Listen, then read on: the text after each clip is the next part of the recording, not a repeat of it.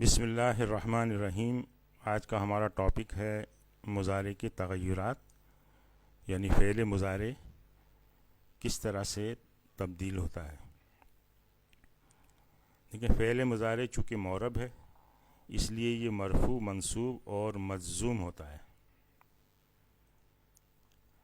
مضارع مرفوع کی گردان ہم دیکھتے ہیں کہ مرفوع حالت میں کس طرح ہوتا ہے۔ یہ وہی گردان ہے جو ہم پڑھ چکے ہیں، یفعلو، یفعلان، یفعلون، تفعلو، تفعلان، یفعلن،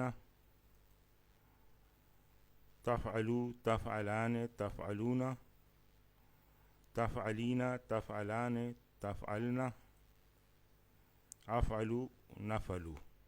تو یہ مضارع کی گردان ہے، مضارع مرفوع کی گردان ہے۔ تو اس میں یہ جو صیغے ہیں جن پہ لام پہ پیش آ رہا ہے، یہ دیکھیں، یہ حالت رفع کو ظاہر کر رہے ہیں، اور یہ جن میں یہ نون آ رہا ہے یہ بھی حالت رفع کو ظاہر کر رہے ہیں۔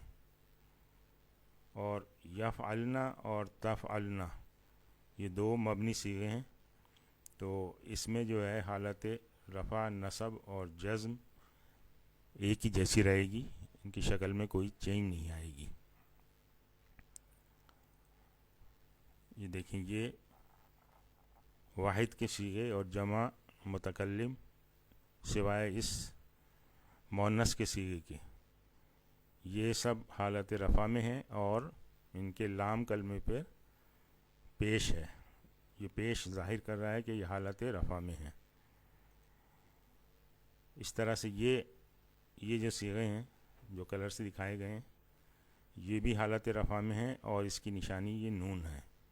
یہ نون اگر اس میں شامل ہے تو یہ حالت رفع میں ہے۔ اچھا، ان کو افعال خمسہ کہتے ہیں، یعنی 5 افعال۔ وہ اس طرح کہ یہ جو تفعلان، تفعلان، تفعلان، اس کو ایک صیغہ مان لیا اور باقی یہ 4 صیغے مل کے 5 صیغے ہو گئے، تو یہ افعال خمسہ کہلاتے ہیں۔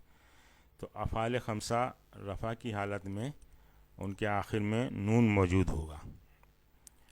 اور یہ جو 2 صیغے ہیں، یفعلنا 6 نمبر اور یہ تفعلنا 12 نمبر، یہ دونوں مؤنث کے صیغے ہیں، یہ مبنی ہیں، تو ان کی شکل تبدیل نہیں ہوگی، یہ تینوں حالتوں میں ایک جیسے رہیں گے۔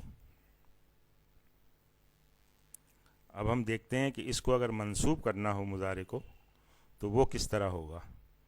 دیکھیں، یہ تو مبنی ہے، تو یفعلنا اور تفعلنا ایسے ہی رہیں گے، ان کی شکل جو ہے وہ تبدیل نہیں ہوگی۔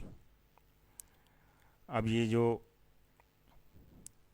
جو صیغے تھے واحد والے اور متکلم والے سوائے مؤنث کے، اس میں دیکھیں یہ آخر کلمے پہ یعنی لام کلمے پہ زبر آ گیا ہے، تو اس سے یہ منصوب ہو گئے۔ آسان ہے۔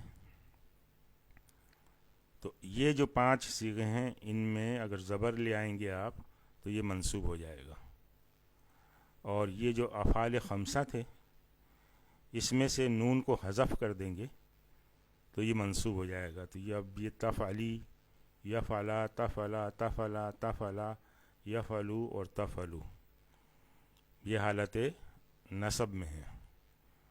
اور یہ تو آپ کو پہلے بتا ہی دیا تھا کہ یہ مبنی ہے، مؤنث کے یہ دونوں صیغے، اس لیے ان میں کوئی تبدیلی نہیں آئے گی۔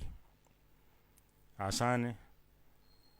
یعنی یہاں پر اگر ان صیغوں میں یہ جو واحد والے صیغے ہیں اور متکلم کے، اس میں اگر پیش ہے تو رفع ہے، اگر زبر ہے تو نصب ہے، اور یہ جو افعال خمسہ ہیں اس میں اگر نون موجود ہے تو یہ حالت رفع میں ہے، نون اگر موجود نہیں ہے تو حالت نصب میں ہے، اور یہ مبنی ہے تو ان کی شکل چینج نہیں ہوگی۔ اس طرح مجزوم کو دیکھتے ہیں کہ مضارع مجزوم میں کیا پوزیشن ہوتی ہے۔ تو مضارع مجزوم میں یہ 2 مؤنث کے جو صیغے ہیں وہ تو چونکہ مبنی ہیں تو اسی طرح سے رہیں گے، ان میں کوئی فرق نہیں پڑے گا۔ اور یہ جو واحد کے اور متکلم کے 5 صیغے ہیں مؤنث کو چھوڑ کے، ان میں دیکھیں لام کلمے پہ یہ سکون آ جائے گا، یفعل، تفعل، نفعل، افعل، نفعل، تو یہ حالت جزم ہے، ان کی مجزوم ہے اس وقت۔ اور یہ جو افعال خمسہ ہیں اس میں سے جس طرح منصوب میں نون غائب ہوا تھا، اسی طرح سے مجزوم میں بھی نون غائب ہو جائے گا۔ یہ تفعلی، یفعلا، تفعلا، تفعلا، تفعلا، یفعلو اور تفعلو، اور یہاں اس میں کوئی فرق نہیں پڑے گا، یفعلنا اور تفعلنا، چونکہ یہ مبنی ہے۔ اس طرح حالت نصب میں نون یہاں سے غائب ہوگا، اور حالت جزم میں بھی یہاں سے نون غائب ہو جائے گا۔ بالکل سمپل ہے، آپ اس کی پریکٹس کریں، آسانی سے یہ سمجھ میں آ جائے گا۔ بار بار اس کو لکھیں، دہرائیں، تاکہ اس کو جملے میں پھر پہچاننے میں آسانی ہو کہ کون سا مرفوع ہے، کون سا جو ہے منصوب ہے، اور کون سا مجزوم ہے۔ آج ہم یہیں پہ اکتفا کرتے ہیں۔